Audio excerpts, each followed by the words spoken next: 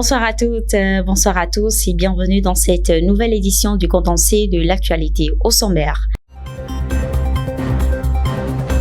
Les membres du Conseil économique et social se réunissent à Cotonou pour une session hors calendrier, signe d'une urgence institutionnelle. Les détails dans un moment. À suivre également la décision du gouvernement malien de révoquer plus de 130 permis de recherche minière. En fin d'édition, on parlera du secteur automobile européen qui est en difficulté, frappé par une pénurie de semi-conducteurs. Je l'annonçais en titre, du 3 au 17 novembre 2025, le Conseil économique et social a tenu une session extraordinaire. Objectif, réfléchir aux défis majeurs du pays et proposer des réponses institutionnelles structurées, une volonté affirmée de relier les enjeux sociaux aux réalités économiques. Du 3 au 17 novembre, le Conseil économique et social CES du Bénin a tenu sa 5e session extraordinaire à Cotonou. Objectif, faire le point sur les défis majeurs qui secouent le pays et structurer des réponses institutionnelles durables.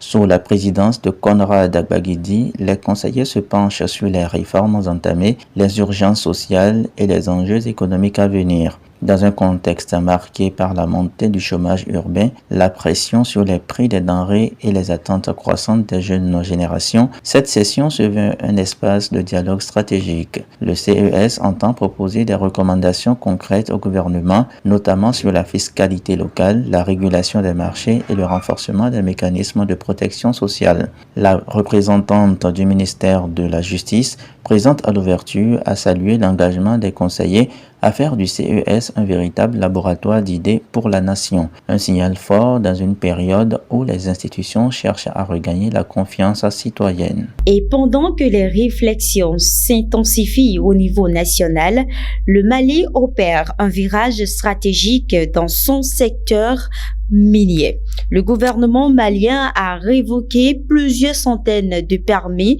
de recherche minière. Cette décision s'inscrit dans une volonté de réorganisation du secteur visant plus de transparence et d'efficacité. Ibrahim Adamou. Le 13 octobre dernier, le ministère malien des Mines a signé un arrêté révoquant plus de 100 permis de recherche et d'exploration minière. Cette décision, rendue publique fin octobre, marque un tournant dans la gouvernance des ressources naturelles du pays. Selon les autorités, cette mesure vise à assainir le secteur, longtemps critiqué pour son opacité et ses retombées limitées sur l'économie locale. Elle s'inscrit dans l'application du nouveau code minier de 2023 et de la loi sur le contenu local qui impose aux entreprises étrangères de mieux gérer les acteurs nationaux dans leurs opérations. Mais cette réorganisation soulève aussi des inquiétudes. Plusieurs multinationales, dont des filiales canadiennes et australiennes, ont vu leur titre annulé. Le Mali, troisième producteur d'or en Afrique, doit désormais rassurer les investisseurs tout en affirmant sa souveraineté économique. Un équilibre délicat alors que le pays cherche à relancer l'exploration aurifère et à mieux redistribuer les bénéfices du sous-sol. À l'est du continent, l'Éthiopie affiche des résultats impressionnants en matière de gestion de la dette. En 6 ans, le pays a réduit sa dette extérieure de manière spectaculaire, passant de 23 à 4,5 milliards de dollars. Une performance saluée par des observateurs internationaux qui soulignent une gestion budgétaire rigoureuse. Les détails ci-après.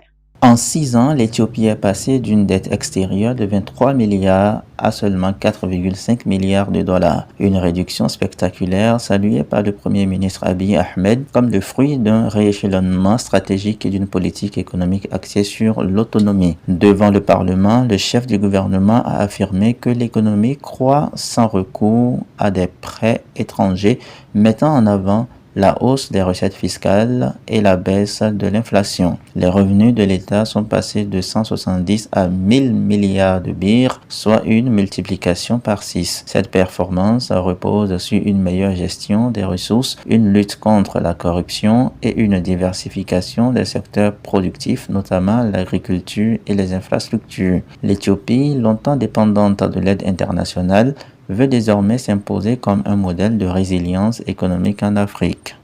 À l'échelle mondiale, les prévisions économiques ne s'accordent pas. Le FMI prévoit une croissance mondiale de 3,0% en 2025, tandis que la Banque mondiale anticipe un ralentissement à 2,3%. Ces divergences s'expliquent par les tensions géopolitiques, la hausse des droits de douane américains moyenne de 16% et les incertitudes sur les chaînes d'approvisionnement. Suivez cette analyse de Ibrahim Adamou.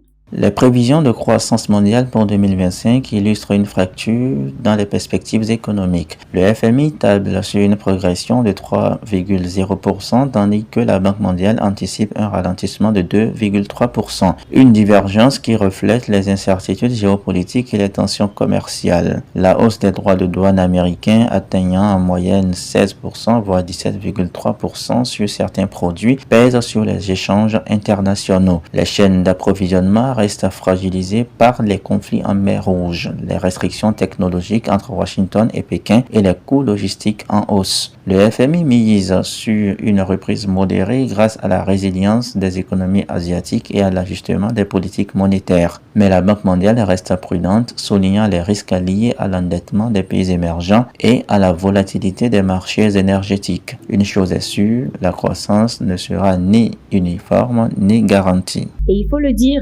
ces incertitudes touchent aussi l'industrie automobile européenne. En effet, le secteur automobile européen est secoué par une pénurie de semi-conducteurs aggravée par la crise chez le fabricant Nexperia. Cette situation menace la chaîne de production et accentue les retards dans l'industrie.